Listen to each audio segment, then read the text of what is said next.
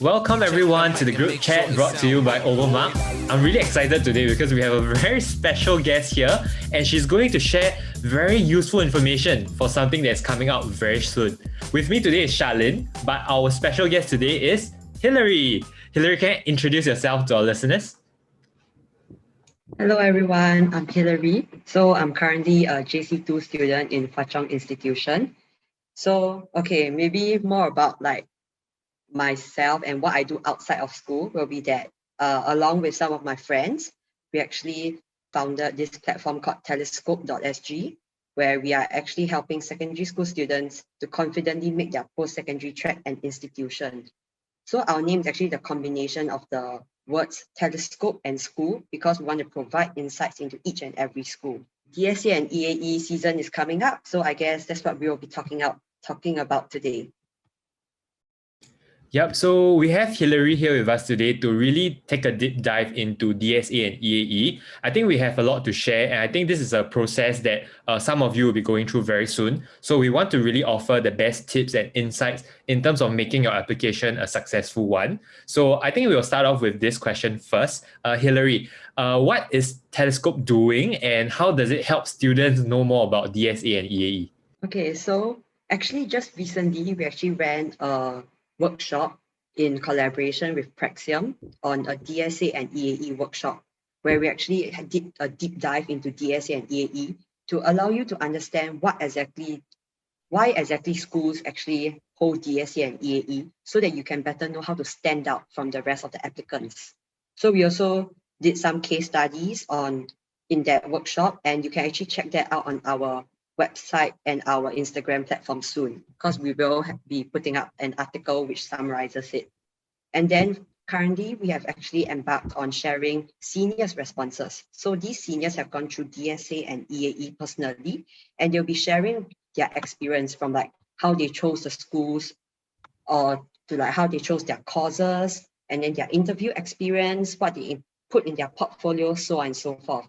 So that way we hope that you'll get a better understanding of what makes a good application, and then you can apply it to yourself and then have a higher chance of getting in via DSA or EAE. Nice. Thanks for sharing, Hilary.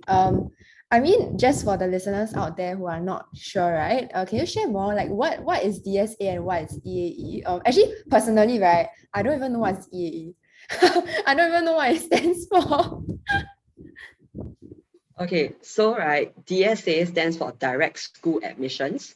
I think most people have heard of this because it's applicable for primary school to secondary school as well. So it works the same way. So there are mainly different domains that you can apply for. So there's academic, so it can be through certain subjects like languages, because there are some language elective programs that you can DSA via, or some humanities subject, because there's humanities program, as well as for science is mostly research related or Olympiad related. So you have to have participated in research or Olympiads to be able to so-called qualify for this DAE aspect. Then there is also the sports aspect, which is basically your CCA, or if you're from a non-sports CCA, is also viable because there's debate, performing arts, so on and so forth. And then the last one would be via leadership. So I guess leadership is something that is a bit more unknown of because you do not really know what the schools are looking out for. So I guess typically the applicants who apply for leadership, they are presidents of the student council in their secondary school, so on and so forth, or they have initiated quite a successful campaign or quite a successful organization outside of school. And then moving on for EAE, right, actually stands for Early Admission Program. So it's actually for secondary school students or ITE students or even working adults to actually apply early into a polytechnic course. So you'll be actually applying through the specific course that you are hoping to get into. And then this one, there's only one way lah. So you have to write essays, you have to submit portfolios, submit testimonials, and then based on that, they will shortlist you based on the interest that you have shown for the course as well as the aptitude that you have shown. I see. Oh my god, so paiseh. Actually, I realized that my cousin did EAE and I don't even know what it stands for. Yeah, but thanks for sharing. Yeah, EAE is early admission exercise. I would just like to share a bit here because I myself, I was a DSA, and then one of the students that I taught last year, he was actually an EAE applicant. So, I mean, the next question would be to talk about the timeline for DSA and EAE in terms of the different phases. But I think along the way, what I'll do is I'll contribute and sprinkle a bit of the tidbits in terms of my own journey. So, everybody can understand how it works a bit more. So for myself, if you have been an avid listener of our podcast, you'll know that when in my schooling days, I played a lot of floorball. So for myself, I actually DSA from secondary school straight to JC. So it was during my B division season where I was in a way scouted. So because of my performance during B division, we actually won B division. So there was a lot of visibility on the team and the team players. So we're actually approached by different schools teacher in charge to go and apply for the DSA program.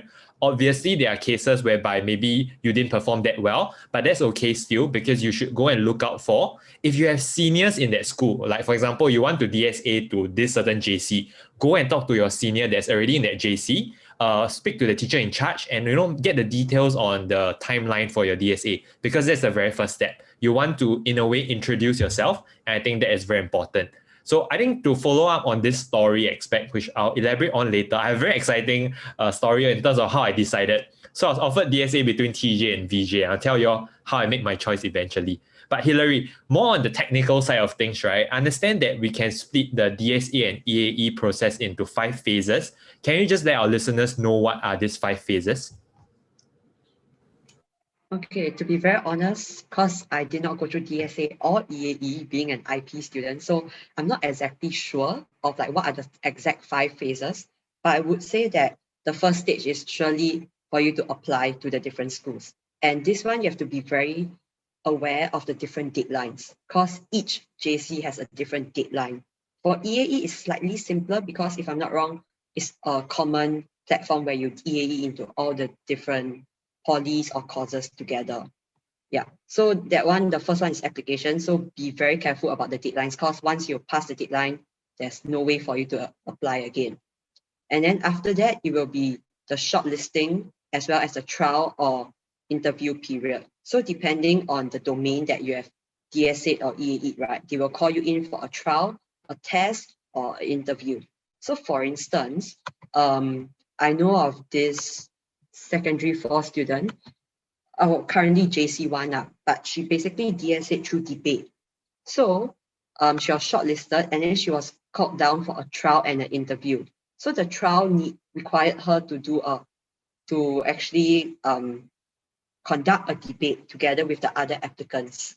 So that was how they actually like sift through the different applicants, I guess. And then they went through an interview with the principal and deputy principal.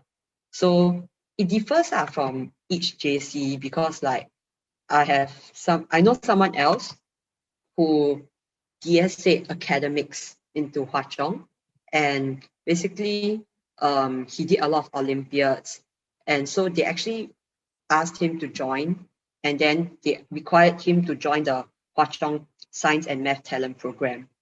So yeah, these are like certain things. Oh, and one thing to note, right, is that for DSA and EAE, after you accept the offer by the school, you can actually withdraw within the certain time period that MOE gives you. So I guess there's a lot of liberty on your part, and you really have to think carefully about whether you want to accept the offer or withdraw, because once you accept, you're in that CCA or in that domain or in that course for the rest of the 2 years or 3 years. Yeah. Thanks, Hilary. And I guess the next question would be, right, because you've mentioned that we have to go through the application followed by the interview followed by maybe even some like assessment.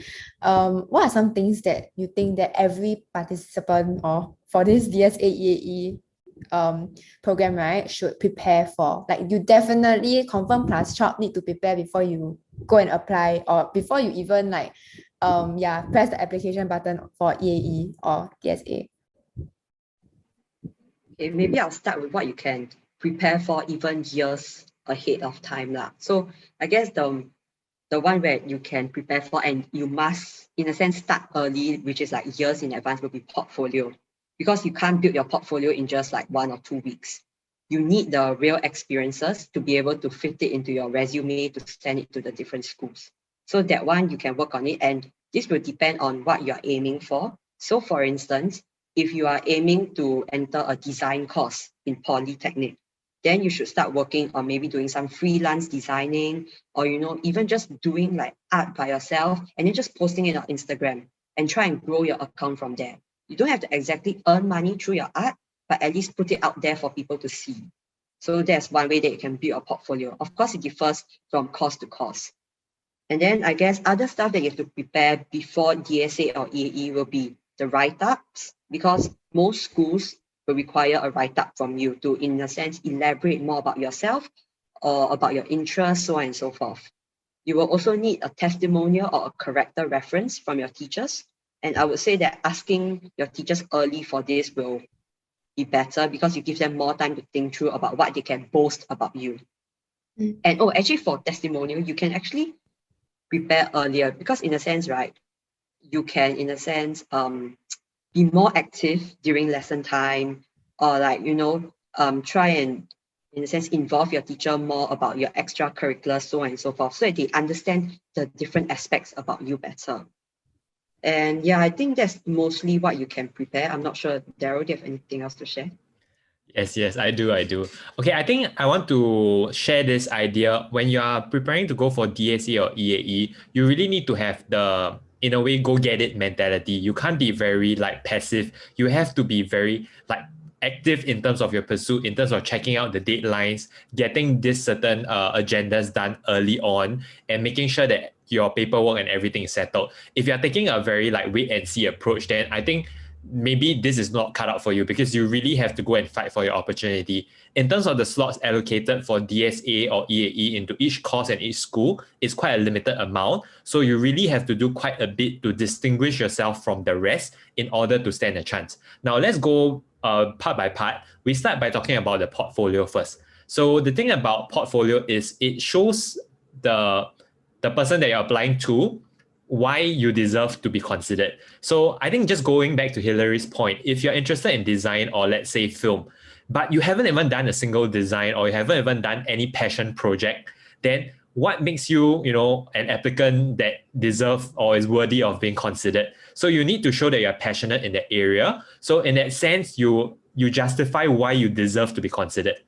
So in that sense, your portfolio, I don't think it's something that you really have to spend a lot of what Hillary said made a lot of sense. Like you have to start planning ahead, right? But I think it's also more of a natural progress. If you really enjoy science, you will find yourself in science club or science Olympiad, or being more interested in external competitions. Then that naturally trends you towards that direction when you can apply. So I don't think you should be applying DSA just so you can get the fast track into that JC or poly course that you want, but it's more of knowing your area of passion and interest and then building further on it, and then riding on the DSA to guarantee your admission into that program. Now, next thing is for write-ups and for your testimonials, right? A lot of students have a lot of fear, and in a sense, they procrastinate when it comes to writing this, because they're like, I don't know how to write it, I'm not comfortable writing it. But you need to know that what you must do is you need to show that you're more worthy of this spot compared to somebody else. So don't be shy when you're writing your testimonial. Really go out there to elaborate on your own passion, why you're interested in this. I don't think the interviewers are that concerned about your achievement per se, but they really like to hear your why. Why is it that you want to come to this JC? Why is it that you want to enter this course? They want to hear your reason. And if you have a strong enough reason, most of the time it's very persuasive in that sense. So I share a bit more about my student last year that took the EAE track. So he was actually taking his O-level, but he decided to go for EAE into a course. So his portfolio was not good at all, because he's a sportsman, but he's applying through his academics into the course. So what he did was that he really went to outline why he was interested in chem engineering. And then he talked about examples of how he went beyond the syllabus to study things related to it. And I think that really swayed the interviewer in terms of, hey, this dude, he's really interested. And I think when he comes into this course, he will really make himself a valuable member of that cohort, as well as to pursue beyond just academics, and he will do a lot of great in the future in this field. So that made his application stand out, and he eventually got it. For myself, I applied through the sports that I was interested in. So I didn't really take in that much effort to prepare my portfolio per se, but it just trended in that direction. So, but then I took the very proactive step to go and make those applications. I had to go for the trials. I had to do the write-ups. I had to submit the forms. It was a lot of paperwork, and it's not something that I like, but I knew that if I wanted this opportunity, I had to go get it myself. So I think in terms of that, you really need to have a go-getter mentality. Don't sit on your butt and then say like, maybe they'll come approach me. No, they won't. Okay. So go out there and do it. And then you go and apply for it so you don't have any regrets. In terms of character reference, I received some questions on, is it better for your form teacher to write it or for your CCA teacher to write it? The answer to that is who is best suited for what you are trying to apply for. If you're trying to apply for, say, if you did SYF, you're in performing arts, and you're applying through your CCA, I think it makes more sense for your CCA teacher to be in charge of your character. But if you're applying through, say, your leadership, then it has to be a teacher that has witnessed your leadership, either in council or as a class monitor or in your CCA as a leader. Or if you're applying to a certain course, then maybe it's more appropriate to ask your subject teacher to write that reference. I don't think there's a fixed character reference person to go to, but the teacher or the mentor that knows you best will be in the best position to help you out. So I think that would be great. One last advice is go and talk to your seniors. If you have seniors that have DSA, or you have seniors in that school that you want to DSA to, it will be very helpful to know the teacher in charge ahead of time. So for myself, I didn't even go for the trial. Why? It's because I already joined the JC's training for a few times just for them to know me and for me to know the seniors in that school. So it's very helpful to form those relationships, because once you do, the application process gets a lot easier. Okay, I think I shared quite a bit, so I just want to bounce it back to Hillary. I think a lot of students, they have a fear, and when you talk about interview, wow, everybody panic because interview is like a very scary word. So what are certain things students, can do ahead of time to prepare for their interview, and what sort of questions would the interviewers ask? I think for interview is actually one part that you can actually practice and prepare for, because you can just ask your friends, your parents, or even your teachers to do a mock interview with you. And actually, right, there's quite a few questions which are quite common that we have been seeing. So for instance, EAE, they'll typically ask you, why are you interested in this course? Because you have to remember that EAE application is based on interest and aptitude towards that course. So other than that, right, they can't really, there isn't any other way for them to gauge whether they want you or they don't want you. So you really have to have a very strong reason of why you want that course. After that, you have to know why you want that school, because many courses are actually offered in multiple polytechnics. So you must be able to really research in depth about their course. For instance, like certain poly courses have specific specifications that you can go into when you are in year 2 or year 3. So knowing those will actually show that you're really interested in that course, you're really interested in that school, and that might wow the poly lecturers who are interviewing you, so on and so forth. And then for DSA, I guess it's almost the same thing, but I guess one question that we see quite often is that they will ask you, do you apply to any other schools? So knowing how to answer this question in a nice way, I would say, will be quite important, because you have to show that, although I applied to other schools, I am very interested in your school, something along this line. So you should never ever, even if that JC is not your top school, never ever tell them that you are not my top JC, because that immediately eliminates your chances. Because you have to realize that when they offer you a spot, they are denying someone else a spot, and that person might be more willing to enter their school. And so if you reject them, you're actually wasting one DSA spot that they could have given someone else. So you have to be very careful about how you phrase your wordings, and you can actually prepare answers for all of these and keep reading them to yourselves before the interview. So we are actually, Telescope's actually going to compile a list of commonly asked questions during these DSA and EAE interviews. And so you can look forward to that soon. Yes, I think I totally agree with Hillary. Actually, in a sense, right, I feel like it sort of mirrors when you're doing job interviews even. It's very similar, right? It's like the interviewer asks, oh, why do you want to join my, school or company, why this, why this program? Or in a sense, like you can also think about it as them actually asking you in a very indirect way, right? Like how can you contribute to our school? How can you contribute to our CCA? What are your strengths? What are your weaknesses? And from there, I mean, when you see it from the school's point of view, right? I think it's very easy to guess the kind of questions also that they will be asking. Yeah. Yeah. But actually, a side question that I have for both like Hillary and Daryl, right, is because for me, I didn't choose the DSA or EAE route, so I honestly don't know much about this whole area. I just wanted to know, like, when do you know that, like, you should apply for DSA or EAE? Like, how do you know that? Okay, you know what? I love my CCA so much. I want to, do it in JC, or, is it because of your CCA, or what are some underlying reasons as to why you would apply for this?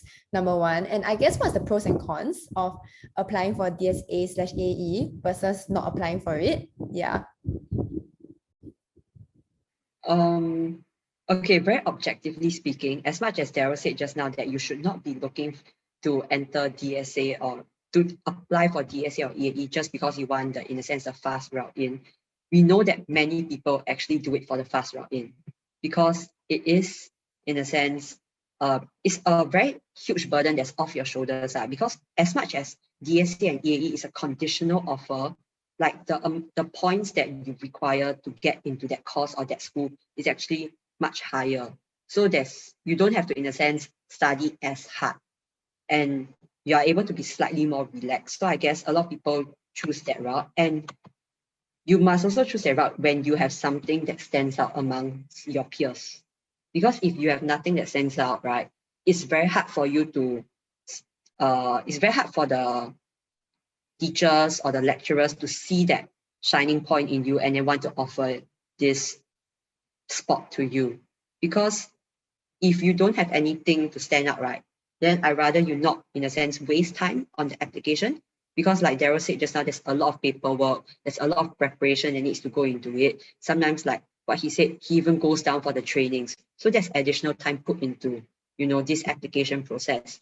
So if you don't have a certain area that really stands out, or you don't have a really strong reason to persuade the teachers or the lecturers of why you want to get into that school or that course, then I would say do not waste your time on it. Yeah, I think I would like to approach this from like a pros and cons perspective as well. So when you apply for DSA, you need to have the mental prep that if you do get the DSA and you really get into the course or the JC that you want, you need to expect a certain level of expectations in terms of your contributions to that CCA. So what do I mean by that? So if you do take on, let's say for myself, I did sports DSA, right? So I entered the school, even though I was only J1, there was already expectations that I'll take up a leadership role in that sports. And when that happens, I already knew that the commitment level will be very high. Let's say if you are really good in debate, for example, but you don't really enjoy debate, then honestly, right, you shouldn't DSA already because you're spending the next 2 years in that CCA and you wouldn't want that on yourself. And then you have to take on more responsibilities too. So it becomes a very painful choice if you just DSA for the sake of it. But if you really enjoy what you are already doing and you want to further pursue it, then DSA is the reason why it's there. Because they want to go beyond just considering your academic grades, but to think of education as a more holistic perspective. So if you're really, if you have a certain aptitude in science, for example, then obviously you should be granted an admission to a science course, despite maybe your humanities not performing well, and therefore dragging down your L1R5 or L1R4. So there's a rationale behind it as well. The pros, I think, is already there because you can take out the stress element when it comes to preparing for your national exam, knowing that you have secured a spot. But I'm sharing this true story. So I had a teammate in my same secondary school that also DSA. We both made our DSA to JCs, but on the day of the result itself, he got exactly 21 points. L1R5, 21. Cannot -2. If you get 21 exactly, you're out of your eligibility for your JCDSA. He actually had no choice, okay, and he had to go to a poly after that because his DSA application was nullified because he didn't meet the cutoff. It doesn't mean when you take on a DSA means you can slack off and you don't have to study. That is the worst thing you can think about, because when you do that, firstly, in the case of my friend, he actually did not get the DSA, even though it was a 20 point cutoff. Secondly, is because if you slack off and you enter JC not having mastered your knowledge at O level, you will die at A levels.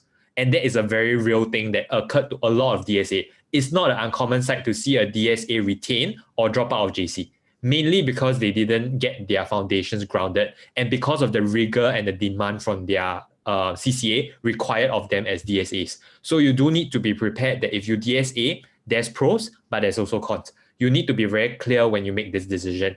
So if you're in a state now where you're undecided, hey, should I DSA or not? I think you need to ask yourself a few questions. Firstly, how passionate are you in the area that you have highlighted? If you are really passionate, I'll say go and try. And you'll find that the process is actually a lot easier when it comes to talking about your passion or making your application stand out. Okay. The second thing is, are you cut out for JC?